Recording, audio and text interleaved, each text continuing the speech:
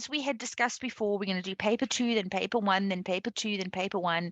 So today being Thursday is a paper 1 day, and we're going to go back to functions. And the reason why we're going back to functions is because it's such a big part of paper 1. It's something that we do in grade 11, as you all know, and then nobody teaches us this again. So we're expected to remember everything that we learned in grade 11 functions for matric, and so often this becomes a problem. Also, the questions can be tricky sometimes.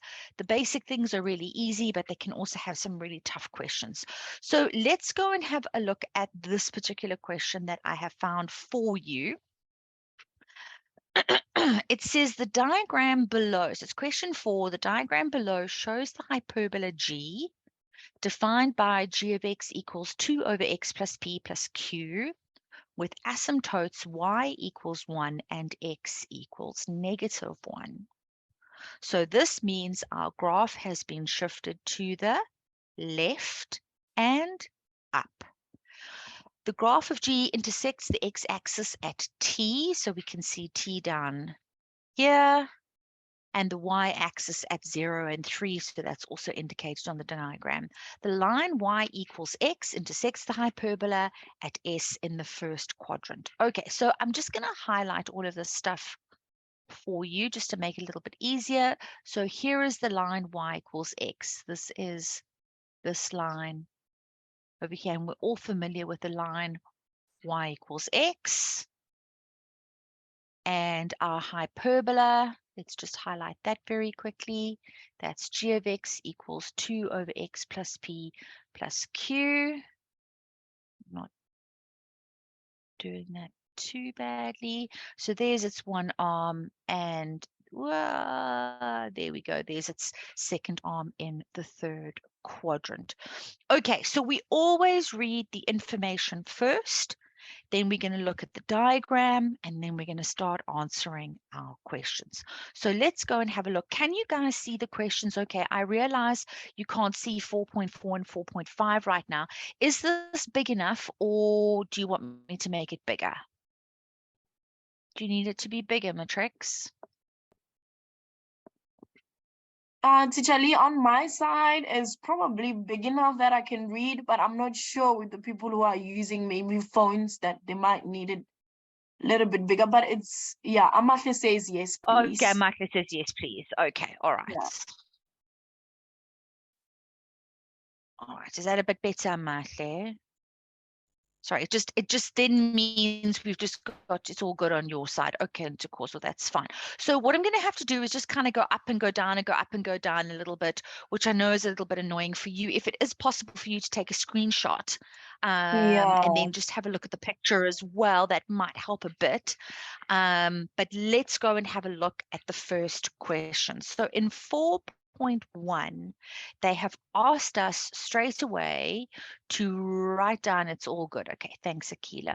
Okay, we need to write down the values of P and Q. So they obviously mean this P over here and that Q over there. So before we write down the values of P and Q, can somebody tell me, what does the letter Q represent? What does it mean? What does the letter Q represent? Can anybody tell us?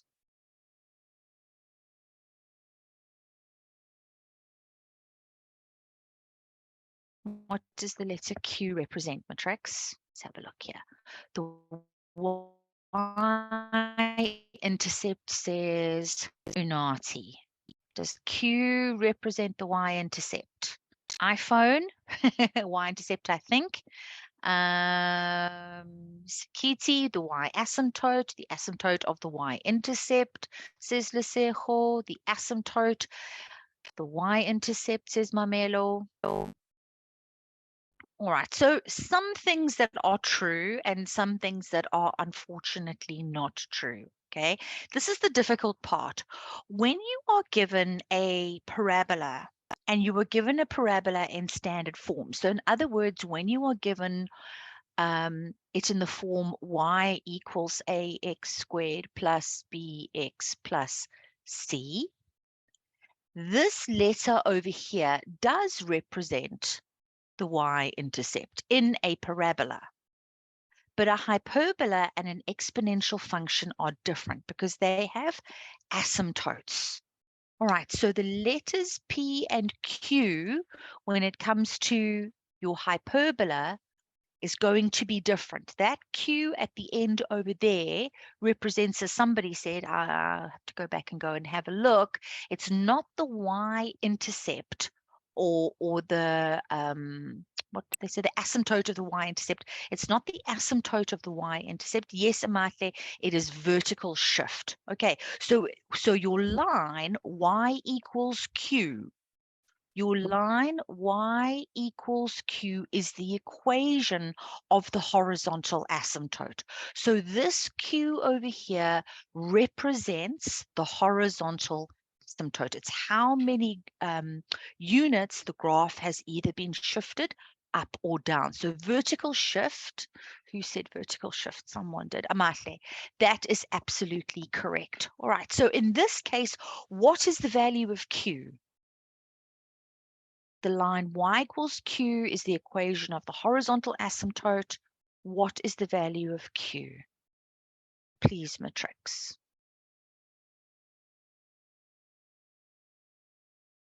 There we go. There we go. Good. Well done. Okay. So the value of q is equal to 1. I was going to write it over here, but I think I'm just going to write it next to the question. Good. Well done. Q is equal to 1. Now, that's the easy one. All right. The difficult part is now write down the value of P. What's the value of P?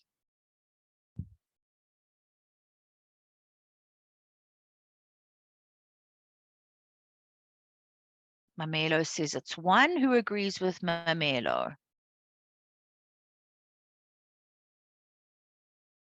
Good. All right. So a lot of us are agreeing with Mamelo.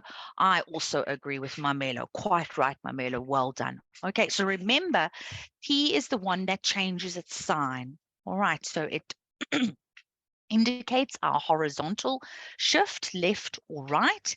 In this case, our graph has been shifted 1 unit to the left. The equation of the vertical asymptote is x equals 1, but the value of P is equal to 1. Quite right. Okay, good. All right, so that gets us 2 marks. 1 mark for Q and 1 mark for P. The next question asks us to calculate, so those would be accuracy marks. The next question, 4.2, asks us to calculate the x coordinate of t. So what do they expect us to do to calculate the x coordinate at t? What do they want from us? What do we have to do?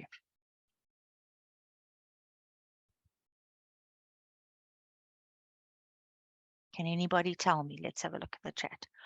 Okay, so Lesejo says make y equal to 0. Cool, because it's an x-intercept. That's it. So I'm going to make y equal to 0. Perfect. And we have to substitute in our values for P and Q. Can I let you guys do that? Good. Am I quite right? I'm going to let you do that. And let's see what you come up with. And then I want you to DM either myself or Yolanda your answer for the x coordinate at t. I'm going to let you do this on your own. Okay, so you're going to sub in your P and your Q values. You're going to make y equal to 0 because it is an x-intercept. And then let's see what you come up with.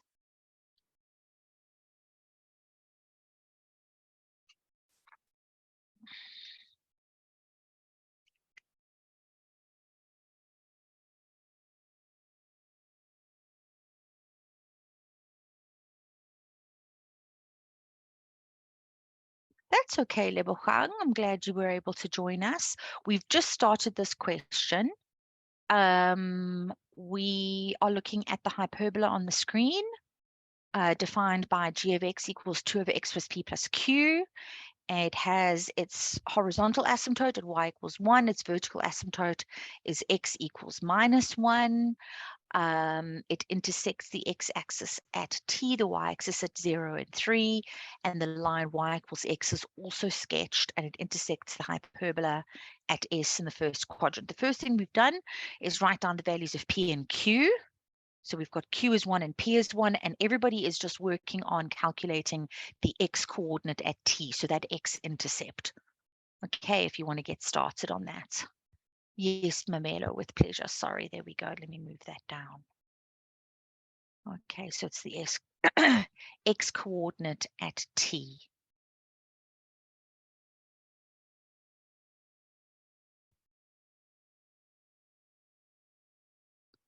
All right, so Unati sent me an answer. And Tukozo sent me the same answer as Unati. Okay, looking good. Okay, now William, look at the diagram. And does it intersect on the positive part of the x-axis or the negative part of the x-axis? Okay, blessing, good, thank you.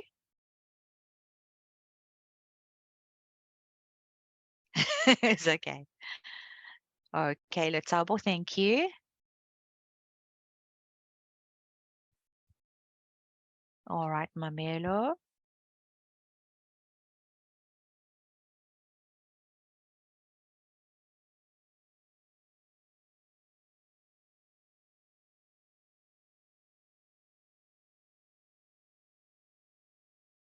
Okay, all right.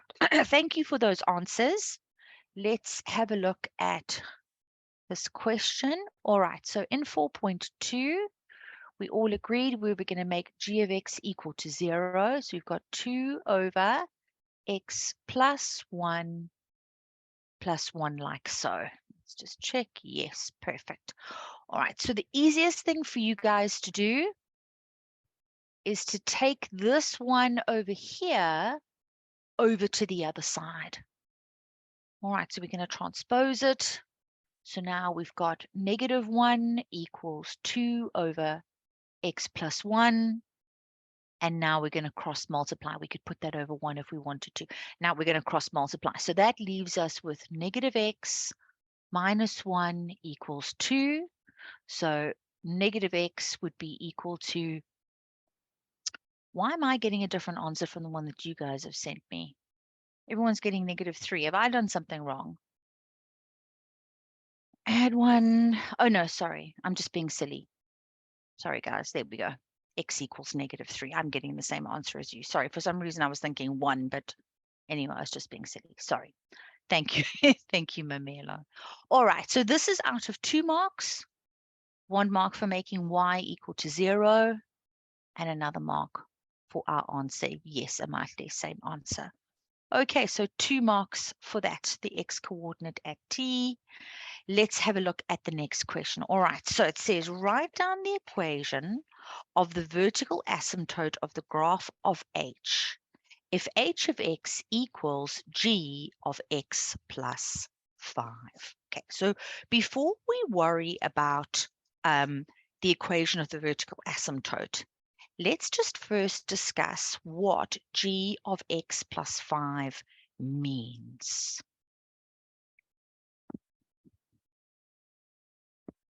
What does that mean for us? What are they asking us to do here?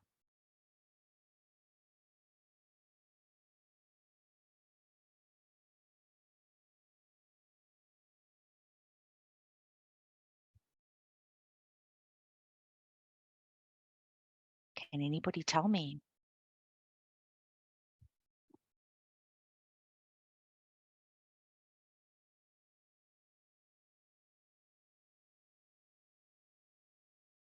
All right, so let me ask you guys a question. Or, well, yeah, I'm going to ask you a question. Under what? Okay, here we go. All right, hang on a second. Calculating the vertical shift. Is this vertical shift though, Lebachang? If I plus 5 onto x, am I going to shift the graph vertically? It is a new graph. Leanne says it's been shifted to the left. If I add or subtract onto y, onto g of x, then I can move something up and down. Good. That's what I wanted, Lebogang. Good. It's a translation. Good. Okay, and to cause a horizontal shift to the left. Horizontal shift. There we go. All right. Because we are plussing onto x. If we plus or minus onto x, then we move the graph from left to right. If we plus or minus onto y, then we move the graph up or down. That's what I want to ask you, Amatle. How do you know that it's a translation? How do you know? What are the clues? So let's ask Lebogang, because I think they are the first person who said that. Calculate. Okay, so Lebogang, you said a vertical shift. Lebogang, how did you know that it was a shift? Leanne, how did you know that it was a shift? How did you know that it was a translation? What was the giveaway? Can you tell us?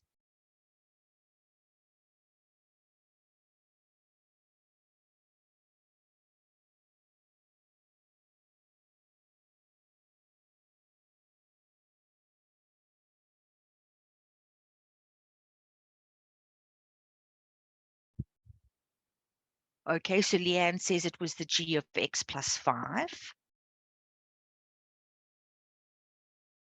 Amatle, yes, it is, but it's the way in which they had set this out is, first of all, they're giving you a new graph. So they're telling you we've now got h of x. We're taking the graph that we've got, which is g of x, and we're doing something to it. So when they write g bracket x plus 5, they are wanting you. Yes, it was outside, quite right. It would be, but it would still be a shift. So if they wrote something like this, if they said, which is a little bit different, it means something different. But if they told us that h of x equals g of x plus 5, how is what I've written here in green different to what they gave us? How is that different?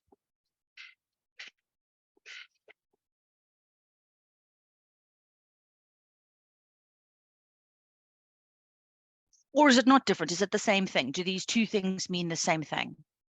So what I'm highlighting in yellow over here that I've just made up, and what they actually gave us, which I'm drawing a pink circle around, does it mean the same thing?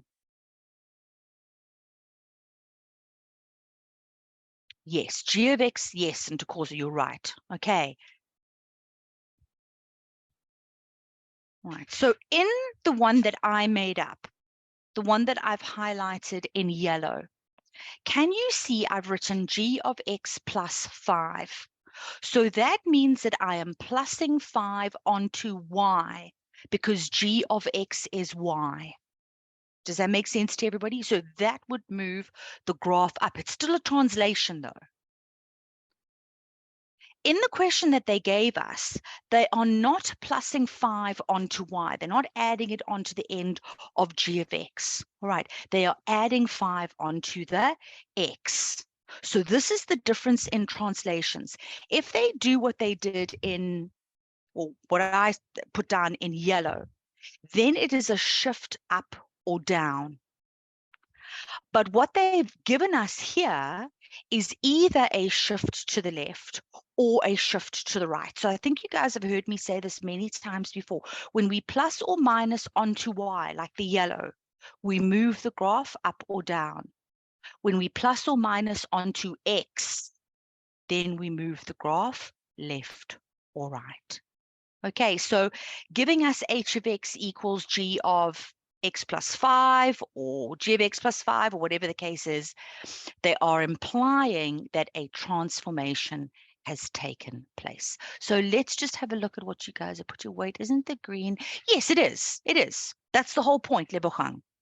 And I'm just trying to show you that the green one, okay, with a yellow on it, is a vertical shift because I plussed 5 onto g of x, onto y. It's different to what I put the pink circle around. You've added 5 onto x. Exactly. Exactly. So can you see the difference between the two when you add onto y as opposed to when you're adding onto x? Does that make sense to everybody?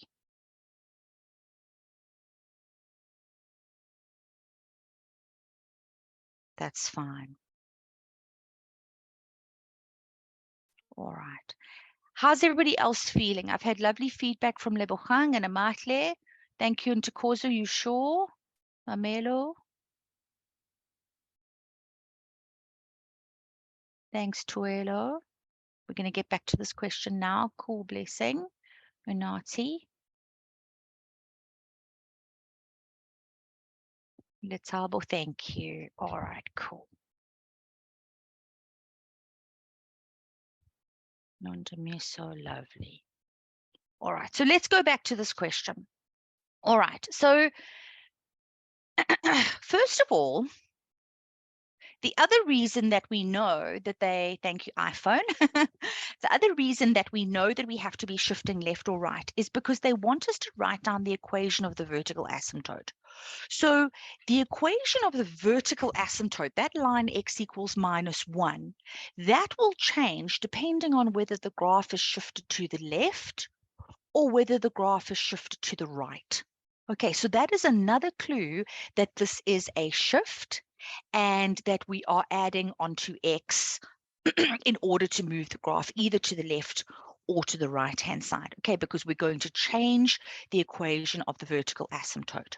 So now the question becomes, they want the equation of the new vertical asymptote after this translation has been applied.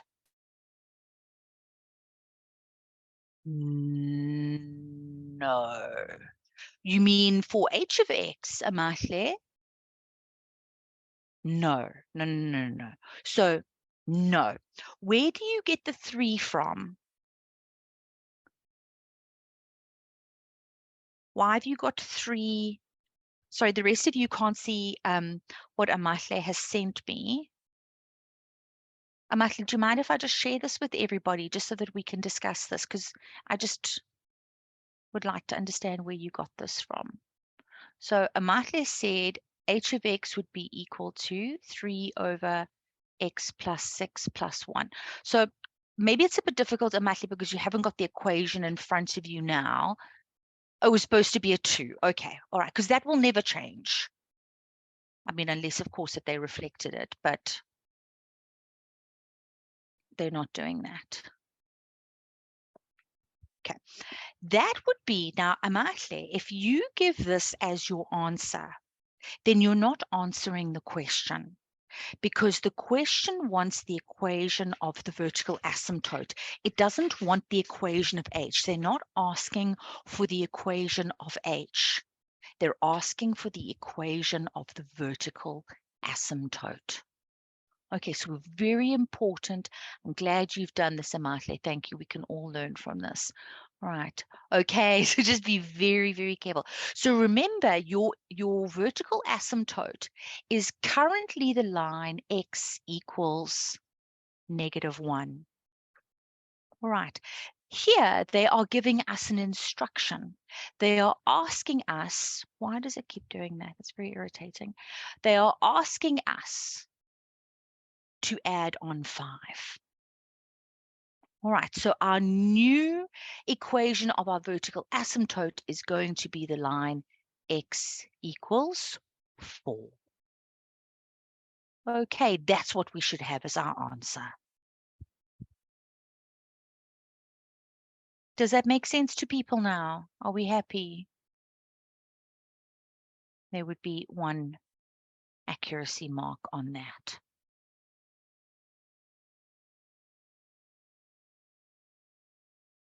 Okay.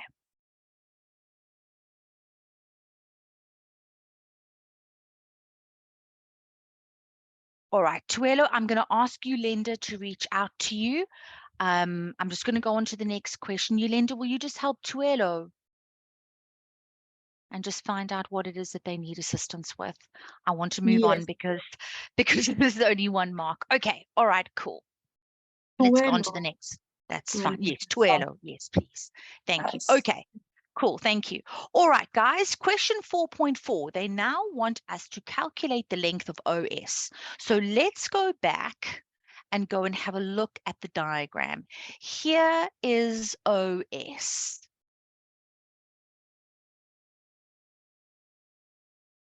They want the length of OS.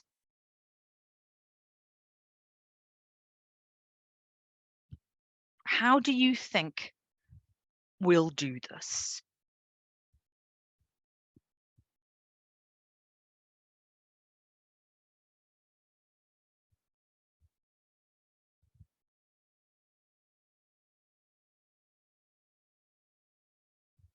How would we calculate the length of OS?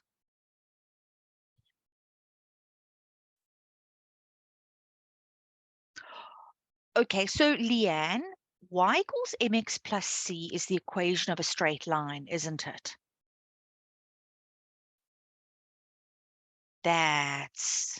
There we go. Okay, so Lesejo says, find the coordinates of S and then use distance formula. We could certainly do that. But it's going to have to be a simultaneous solution, like you said, Amatle. All right, so S is a point of intersection. At S, our graph of g of x is going to be equal to the other line. Okay, so it is a simultaneous solution. So we know that we have got the graph of 2 over x plus 1 plus 1. That's g of x.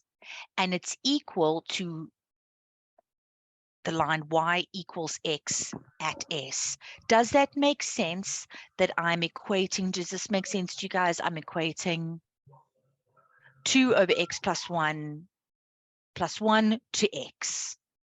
It's like me letting g of x be equal to f of x, except they didn't call it f of x. They just called it y equals x. Is everybody happy with that?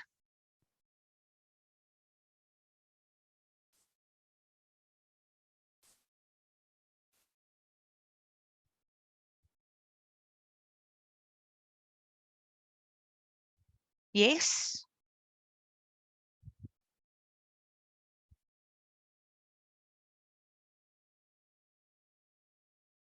Okay, so now we want to solve.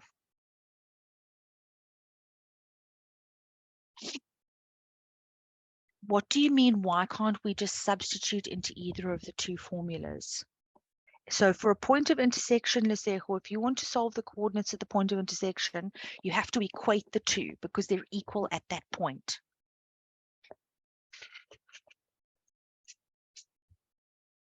Okay, so because you want to solve for x, so you have to equate. Okay, all right. So what I'm going to do now is I'm going to multiply every single term by x plus 1, which is the denominator. So that's going to leave me with 2 plus 1 times x plus 1 is equal to x times x plus 1. Expanding my brackets, that's going to give us 2 plus x plus 1 is equal to x squared plus x. Collecting everything on the right-hand side, we're going to have x squared, and then we're going to subtract x from here, so we'd have to subtract x from there as well. And then on this side, we've got 3, so on this side, we would end up with -3. Okay, so in fact, it's not going to, well, it's still quadratic, but what I could do is I could write this as x squared is equal to 3. So that means that x is going to be equal to plus minus the square root of 3. Are we all good with that?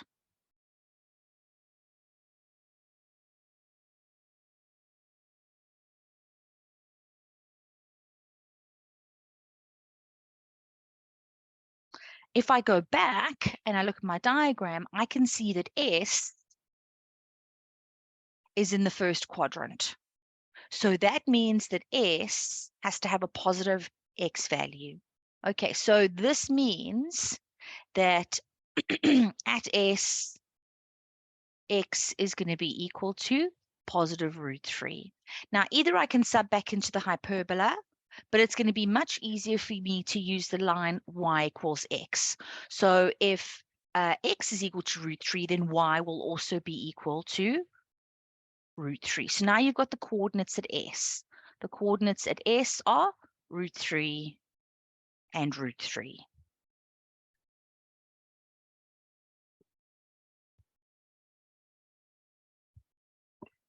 All right, now we could use distance formula. So the length of OS, we also know that this line goes through the origin, doesn't it? So we know that the coordinates at the origin are 0 and 0. So the coordinates at the origin, whoopsie daisy, are 0 and 0.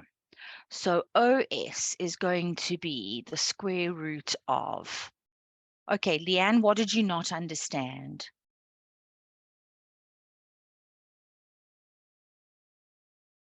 Can you explain to me?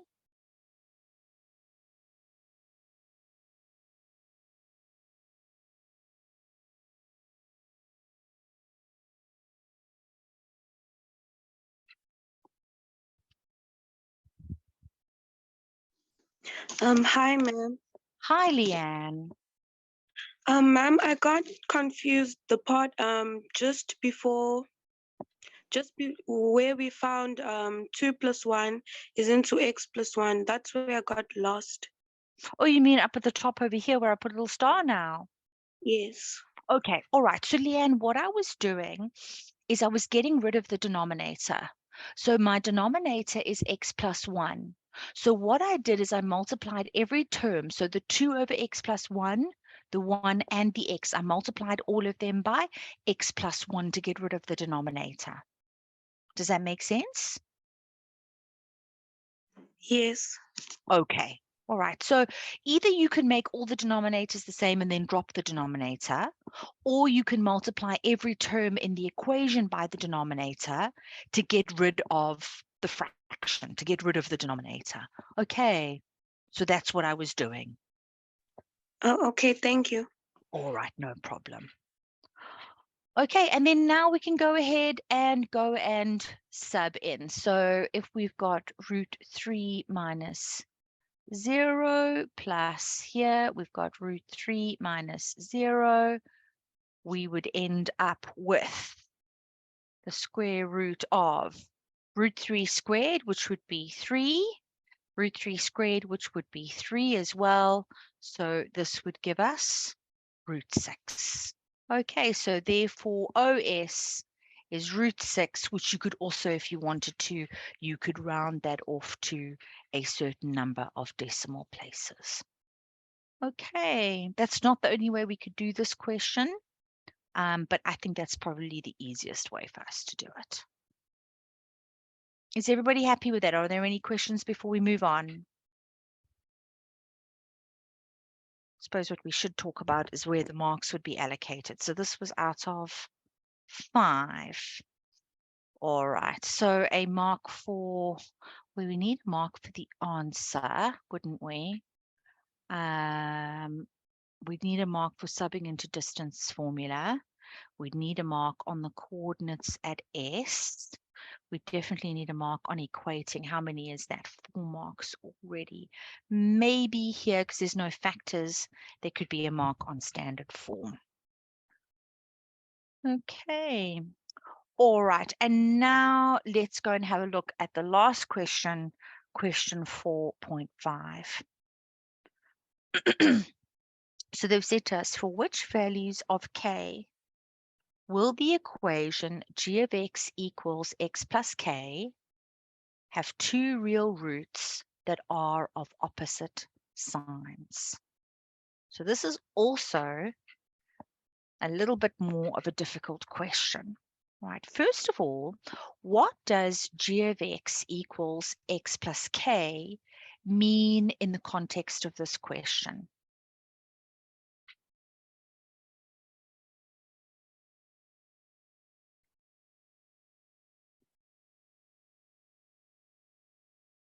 What does g of x equals x plus k mean in the context of this particular question?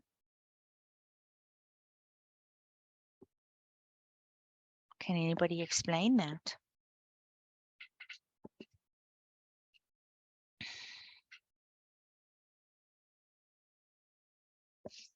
I can understand why you'd think that in causal. We do use x plus k as a sort of generic, I don't know what we would call it, for the equation of the axis of symmetry. First of all, okay, if you've got the line x plus k, how would the line x plus k be related to what we can see on the screen? What could we say about the line y equals x plus k and the line y equals x? What's the same about them?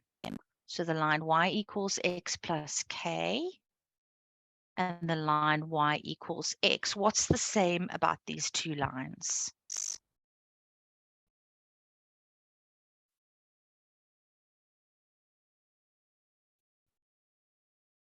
Can anyone tell me? Maybe it's so easy it's difficult. They have the same? No, not they cut the graph. That's it. Someone said it. Let's have a look. They have the same gradient. Good. They're parallel lines. Absolutely. They have the same gradient. Okay. What does the letter K represent? In the line y equals x plus k, what does the letter K represent? No, the gradient is always the number in front of the x. So what does the letter K represent? Which is the what in causal? Yes, Mamelo. Exactly, it's the y-intercept. Okay, so in the line, yes. Okay, so in the line y equals x, the reason why we call it y equals x is because the C value that you're always telling me about, your C value is 0, isn't it? Because the graph goes through the origin. Okay, so K is a line, or the line y equals x plus k is a line parallel to the line y equals x, but they're implying that the value of K is perhaps not 0 in this case. So in other words, if you have a look, what I've done is, yes, the y-intercept, quite right, is I have drawn a line, a blue line. Can you see my blue line here? My blue line is parallel, well, pretty much parallel to that line that's on the screen. So I can move this line up and I can move this line down, but it's always going to stay parallel to the line y equals x. Right now, what they've said to us here is that we want two real roots that are of opposite signs. So when they talk about roots, they mean that they want our blue line to cut the pink hyperbola in two places, like it is at the moment. Okay. But when they say they want roots of opposite signs, they mean that the value of x where this happens needs to have the same sign. So either two positive x's or two negative x's, right? If I move my blue line down this way, right, is it possible, because if we look at this pink graph over here, this bit here, of the hyperbola is never ever, even though it goes down forever and ever and ever, it's never ever going to go through the asymptote. So it can never ever be positive because the asymptote, the vertical asymptote, is at x equals -1. All right. If you have a look on this side over here where it is now, it's positive, but if I continue to move it up and up and up, it's got one negative root, for example, over there, and one positive root over there. If I move it up a little bit further, come on, blue line, if I move it up a little bit further, like say to there, again, I've got one negative root, and one positive root. So the roots are the points of intersection where the blue line is crossing over the pink hyperbola. if I move my blue line, so now that it's there, okay, it seems like it's going over at t, but my root there would be negative. My root here, where the 3 is, would now be 0, because that's where x would be equal to 0. So if I move my blue line any further over to the left, I'm now going to have 2 real roots of the same sign, because this root here is negative and that root there is negative. Does that make sense to everybody? So the minute I take my blue line past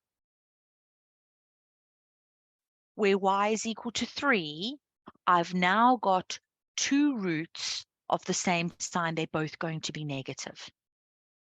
So what did I want? I wanted 2 real roots that are of opposite signs. So I've gone too far. If I come back here,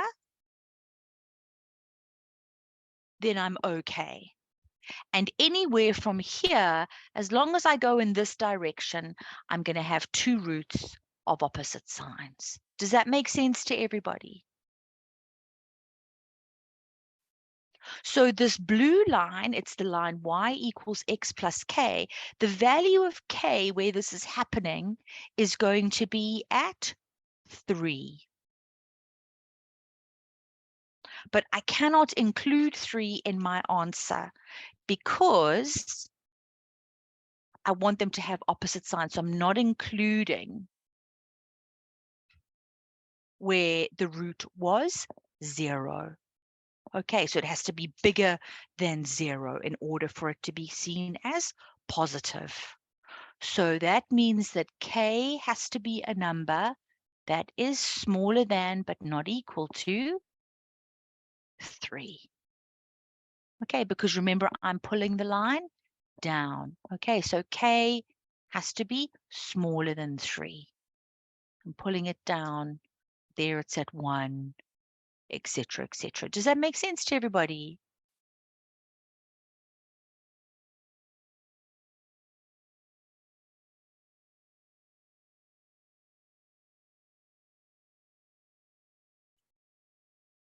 Okay, so William says yes. Mamelo says yes. Nice, guys. Are you sure, guys? Are you sure there's no questions?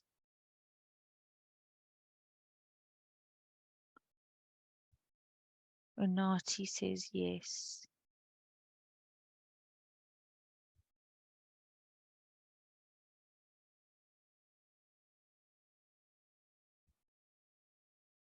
Nondemiso, okay.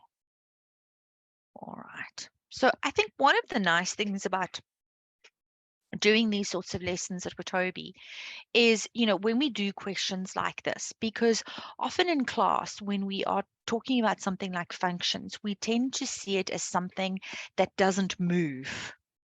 And that's not the case at all. These lines can move up and down. We can have shifts to the left, shifts to the right. So that's what's nice about doing this online, is that I can actually show you how these shifts would take place. Okay, any last questions before we move on?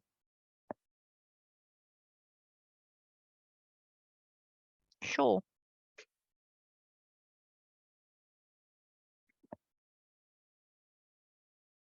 Okay.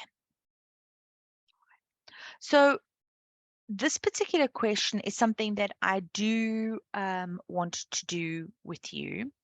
I don't think we're going to get particularly far because can you believe it? It's already almost 10:02. Let's just have a look at the question itself, and then maybe what we can do is just have a little bit of a discussion before we move on. Okay. They've given us the graph of f of x, which equals minus x minus 3 squared plus 25. So straight away, when you look at f of x, right, f of x is what kind of graph?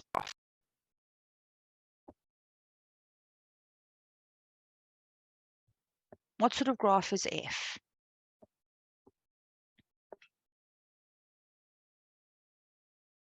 Exactly.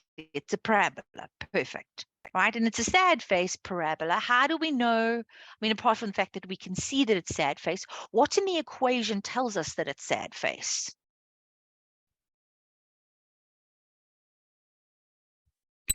There we go. So the A value in front of the bracket is -1. Perfect. So f of x has been given to us in what kind of form? So we get standard form, we get, what sort of form has this been given to us? Is this standard form or is it a different type of form? That's it, Ntokozo. Lovely. It's in turning point form.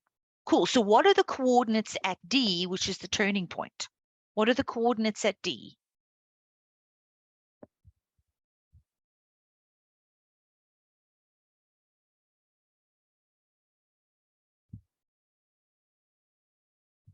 That's it, Lesego. Well done. 3 and 25. Well done, everybody. That's lovely. Good. And what sort of graph is G of X?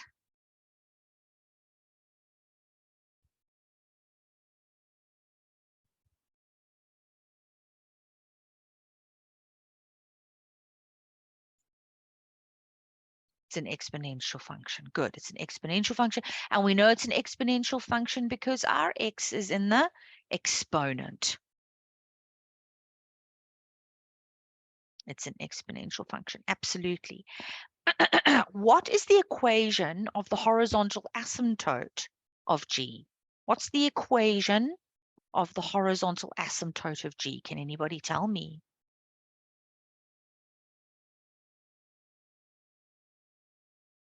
What's the equation of the horizontal asymptote of graph G?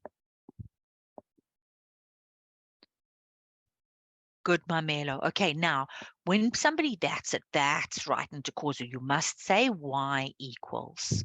Okay, when they want the equation of an asymptote, you've got to say y equals for a horizontal asymptote and x equals for a vertical one. Perfect. So it's the line y equals -4. So this graph has been shifted 4 units down. Now, what I wanted to show you guys before we went on, you can see here they're asking questions. Ah, look at that. Write down the equation of the asymptote. Ha ha.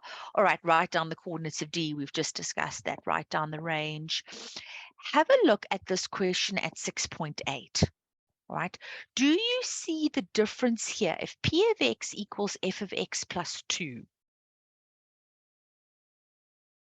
All right. I think it was Lebogang. Do you see the difference here between F of X plus 2 compared to this question where we had H of X equals G of X plus 5?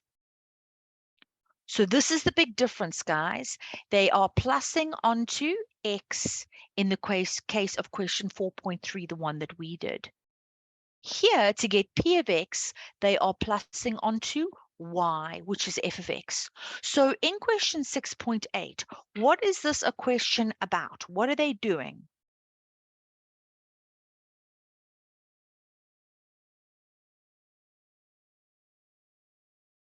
Can you guys tell me? What are they doing to F of X to get P of X?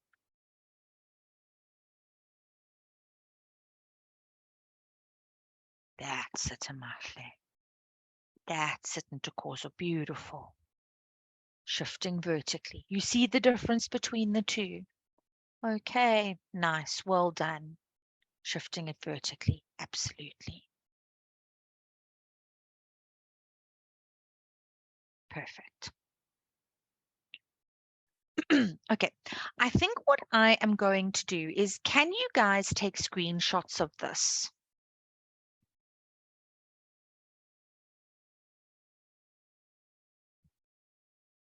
Can you guys take screenshots?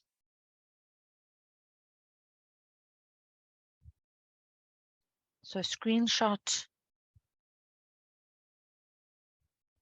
the question, the diagram, and screenshot the answers.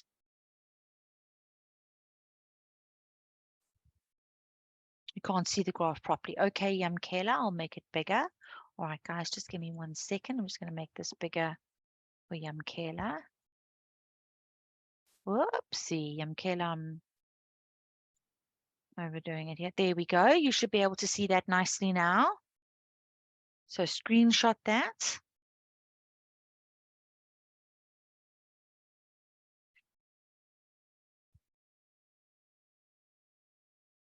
And here are the questions.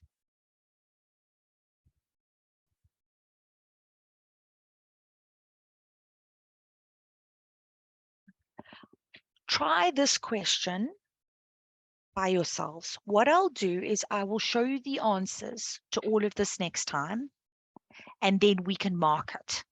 Right. If you don't do it, then that's also okay. I know that you guys have got a lot on your plates and a lot to do, etc., etc. You may also still be in the middle of writing trials. But obviously, the more work that you do, the better for you. And it's also nice for you to be able to work independently. All right. And then the next time that we're together and we do paper 1, I will give you the answers to this question before we continue. Okay. And it just gives you, oh, cool, Leanne. I'm so glad. I'm so glad you're writing paper 1 tomorrow. All right, cool. No, All right. Well, then this will give you something to practice. definitely, definitely. Okay, so in fact, to tell you what, if you are writing paper 1 tomorrow, just give me 1 second. What I'll do. All right.